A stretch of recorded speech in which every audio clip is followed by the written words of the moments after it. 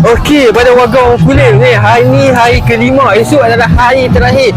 Dan sebelum tu kita nak bagi tahu bahawa untuk malam ni kita ada konsert kepada drama band.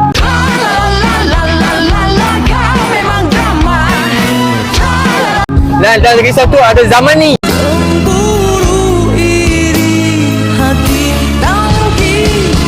Dua konsert gabung sekaligus pada malam ni pada pukul 10. Jadi sebelum tu kita cerita kat bawah macam mana keadaan semalam. Memang orang tengok konsert Ella ni memang ramai tak ramai.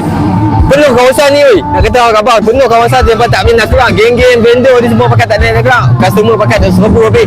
Jadi untuk hampa warga orang Kulim, mana dapatkan kopi kita sambil nak tengok konsert. Hari ni dan esok adalah hari terakhir. Jom.